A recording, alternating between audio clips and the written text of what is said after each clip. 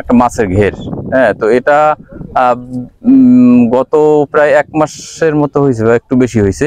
আরো একবার হামলা করছিল ওরা, ওই আলামিন, জসিম, হ্যাঁ, একটা গ্যাং আছে, এই গ্যাং তো কেটে দিছে। তখন আমার প্রায়, আমি দ্রুত বিচার আইনে মামলা করছি, তখন প্রায় 60 লক্ষ টাকার মতো মাছ আমার পানিতে ভেসে গেছে। তখন ওরা আমাকে ওই যে চাঁদাবাজির দাবি করছে, তারপরে ওই যে খুনের হুমকি দিছে, এই নিয়ে মামলা প্রক্রিয়াধীন আছে, তদন্ত প্রক্রিয়াধীন আছে থানায়।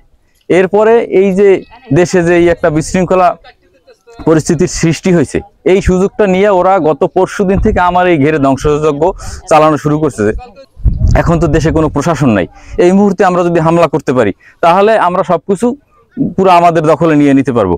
এই করে পরশুদিন ওরা কি করছে, প্রায় 1 থেকে 150 মানুষ আসছে, এসে আমার ঘেরে অনুপ্রবেশ করে এরা বড় জাল নিয়ে আসে, জাল টেনে, তারপরে যে জাহিজাল বলে, জাহিজাল মেরে প্রায় 100 মনের উপরে মাছ ওরা ধরে নিয়ে গেছে। বস্তা ভরে, এই যে প্লাস্টিকের ড্রাম ভরে, বিভিন্নভাবে গাড়িতে ভরে, মোটরসাইকেলে করে, বিভিন্নভাবে এলাকার মানুষ সবাই দেখছে, তাকাই থেকে আমার এলাকার মানুষ কিছু বলার নাই, সবাই অসহায় অবস্থায়। তাদের ভাড়াটিয়া সন্ত্রাসী নিয়ে আসছে, অস্ত্র শস্ত্র সহ আমাদের আসলে জিম্মি করে ফেলছে। আমরাও বেরোইতে পারিনি যে আমরা একটা ছবি তুলবো, সেই পর্যন্ত আমাদের সুযোগ দেয় না। তো পরশুদিন অবস্থা ছিল এরকমের।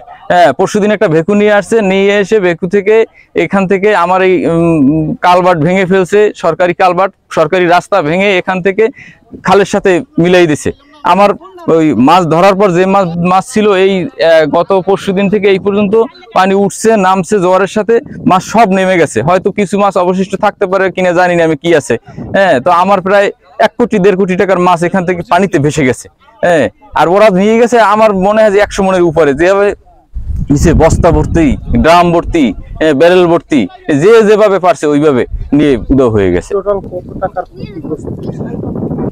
আরো আমার হয়েছে, পরশুদিন আমার এই যে ঘেরের ভিতরে একটা ঘর আছে, সেই ঘরটা ওরা ভেঙে ফেলছে, পুরা ভেঙে ওখানে সিসি ক্যামেরার একটা ছিল, সেট আপ ছিল, 8টা সিসি ক্যামেরার একটা সেট আপ। সেই সিসি ক্যামেরা আমার প্রায় 65,000 টাকা খরচ হয়েছে আমি সেই ক্যামেরা সেট আপ বসাইতে। এরপরে পুরা ঘেরে ইলেকট্রিক লাইন ছিল, ইলেকট্রিক লাইন দিয়ে বাতির ব্যবস্থা করা ছিল, সেই পুরাটা ধ্বংস করে সেগুলো সব লুটপাট করে নিয়ে গেছে। এই সিসি ক্যামেরা, এই কেবল, বড় বড় ওই যে 400 ওয়াট 500 ওয়াটের এলইডি লাইট, বড় বড় একটা হ্যালোজেন লাইট, হ্যাঁ, তারপর সোলার সিস্টেম ছিল, সবগুলো তারা লুটপাট করে নিয়ে গেছে। আমার ঘরটা ভেঙে ফেলে ওখানে ফালাই দিয়ে। কত টাকার ক্ষতিগ্রস্ত? ক্ষতির হিসাব করলে টোটাল আমি ধরেন ওই আমার যে ঘর ছিল ওখান থেকে প্রায় ঘরের মূল্য সহ প্রায় ওখান থেকে 2.5 থেকে 3 লক্ষ টাকা গেছে আমার ওই ঘর থেকে। হ্যাঁ, প্লাস হয়েছে গিয়া আমার 100 মন মাছ ওরা আনুমানিক যদি ধরে নিয়ে যায়, তাতে 100 মনের মাছের দাম হিসাব করলে বাজার দরে যে রেট আসে সেটা। তারপরে এই মাছ যেটা ভেসে গেছে, আমার মনে হয় আমার ঘেরে অবশিষ্ট মাছ আর তেমন নেই, প্রায় 1 কোটি থেকে 1.5 কোটি টাকার মাছ ভেসে গেছে। ওই 2 মাথা কেটে দিছে, ওই মাথা এবং এই মাথা। আমাদের এই যৌথ পরিবারের এই ঘেরটা আমরা নির্মাণ করছি। আমাদের এই জমি এবং ঘের আমরা যুগ যুগ ধরে বুক দখলে আছি আমাদের বৈধ কাগজপত্র নিয়ে।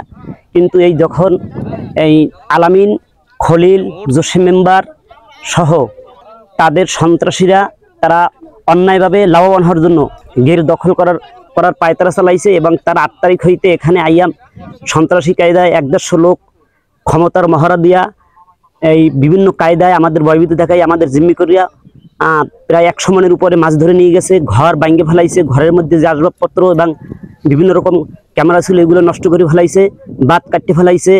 এখন আমরা অভিভাবকহীন, প্রশাসনিক অভিভাবকহীন অবস্থায় পড়ছি। আমাদের কোনো নিরাপত্তা নাই, জানমালের কোনো নিরাপত্তা নেই, আমরা নিরাপত্তাহীনতায় ভুগছি। আপনাদের মাধ্যমে আমাদের অনুরোধ, যাদের ঊর্ধ্বতন কর্তৃপক্ষ আছে তারা যেন আপনাদের মাধ্যমে আমাদের সহায়তা দেয়, এই আমি অনুরোধ জানাচ্ছি। হ্যাঁ, গত পরশুদিন হইতে আমরা ওরা এই জসিম মেম্বার, তারপর আলামিন, খলিল, এদের নেতৃত্বে আমরা এই ঘেরটা, আমার বড় ভাই বিগত অন্তত 20 বছর পর্যন্ত এই ঘেরটা করে, 20 বছর পর্যন্ত করে। তা আমরা ওই থেকে আমাদের এই জমাজমি, আমার বাবার সম্পত্তি, আমাদের বাপ চাচার সম্পত্তি, আমরা এই ঘেরটা আমরা করি। কিন্তু এই গত বছর হইতে এই গেড্ডার উপর ওই মাছটাস এই আমার ভাই ছেলে ইয়ে হালাইছে, বর্মে আর আমার ছোট ছেলে, আমাদের ফ্যামিলির হইলো এই সময় এই করোনার সময় আমাদের 3টা লোক মারা গেছে আমাদের এই এক ফ্যামিলি থেকে। আমার ভাই, বড় ভাই ছেলে, বড় ছেলে, তারপর আমার বড় ভাবি, আমার আপন বোন আমার বাড়ির কাছে 3টা লোক মারা গেছে 1 মাসের ভিতরে। আমরা সেই দিকেই আমরা অসহায়, আমরা মনের দিক দিয়ে দুর্বল। কিন্তু এই দুর্বলের পিছনে এই গেটটা করে ওরা। এর আগে থেকেই বিভিন্ন সময় সোহেলের টাকা পয়সা দিবি, বিভিন্ন চাঁদা টাদা বিভিন্ন সময় বললে আইছে। সোহেল কইছে আমার দ্বারা এই অবস্থা কাকা।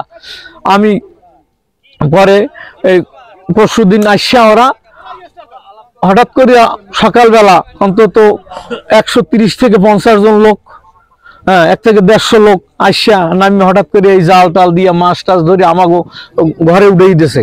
আমরা দেই নামলে আমরা তো মারা, আমরা 2-1 জন আমাকে মারি হেলাইবে। আর অবস্থাটা, দেশের অবস্থা তো আসলে কি অবস্থাটা সকল মানুষ জানে। আমরা বাইরে পাও দেওয়ার মতো কোনো আমাদের কোনো শক্তি ছিল না যে আমরা জানাবো। কোনো জবাব প্রশাসনে, আমরা তাওতলি ওসি সাহেবের ফোন দিছি, সে বলছে আমরাও নিরুপায় এখন। আমাদের যাওয়ার মতো, বাইরের মতো কোনো শক্তি নেই। আমার নিজ ওসির সাথে কথা হয়েছে। এরপরে ইউনো স্যারের গতকালকের ইউনো স্যারে আর কি দিয়েছে, ওরা মাস্টার ধরে নিয়ে গেছে। আমরা মনে করছি এই শেষ, কিন্তু গতকালকের বেকু আন্যা 3টার পরে, এই 3টার পর 4টার দিকে বেকু বাজছে। বেকু বাজছে রাত্র প্রায় 9টা থেকে 10টা পর্যন্ত এই বেকুতে কাজ করছে। পরে আমার ওই ভাই ছেলে সোহেল ও ইউনো স্যারের লাগে ফোন ধরে। ইউনো স্যারে আরো একবার ফোন আছে এই জসিমের, এই আলামিনের, বলছে যে তোমরা এই ঘেরের দ্বারে যাই না, এই ঘেরটা কাটবা না। আমরা যখন বলছি যে স্যার আসে, কিন্তু তার কথা শোনে নাই। এই ওরা আন্যা এরপরে এই ঘের কাটে 4-5 ঘন্টা কাজ করছে। প্রায় 400 ফুট 500 ফুট জায়গা আমার ঘেরের কাটি ফেলাইছে। এরপরে ইউনো স্যারের আবার কান্দল লইছে আমার ছেলে, ওই আমার ভাই ছেলে ফোন ধরছে। পর এই বলছে যে তুমি আমার লোকেশন দাও, আমি আসতেছি। এই পরে তাদের আমসার বাহিনী নিয়ে সে নিজে দাঁড়াই রয়েছে ওই পাশে, কিন্তু তাদেরকে পাঠাইছে। ওরা ওই গাড়ির শব্দ পাইয়ে ওরা দৌড়ে বিভিন্ন ছত্রভঙ্গ হয়ে গেছে, পায় নাই। আর আমাদেরকে এসে বাড়ি থেকে বাইর করছে, আমরা বাইরে তাদের সাথে। এরপর সে অনেক কথা শুনছে। এই জসিম মেম্বারের আন্তরে পাঠাইছিল, জসিম মেম্বার পাইছিল যাই, কিন্তু জসিম মেম্বার পলাই চলে গেছে। তার ড্রাইভারে পাঠাইছিল, তার ওয়াইফেরও নিয়ে আসছিল। তো ওয়াইফেরে বলছে যে এই এত বড় ঘটনা ঘটায় কেন তোর স্বামী? বিভিন্ন তার বিরুদ্ধে বিভিন্ন অভিযোগ আছে। বিভিন্ন সময় ইউনূস সরকার আপনারা জিজ্ঞেসও জানতে পারবেন, কয় যে তোর বিরুদ্ধে 10টা কমপ্লেন আছে, তুই বিভিন্ন জায়গায় ভাঙচুর, বিভিন্ন জায়গায় তোর ছেলে আছে একটা বড় সন্ত্রাস, তার বিরুদ্ধে মামলা আছে মনে হয় 10টা এখনো, থানা কোর্ট মিলাইয়া। অন্তত 100 জায়গা থেকে ছিনতাই, গরু চুরি, ডাকাতির মামলা আছে এখনো।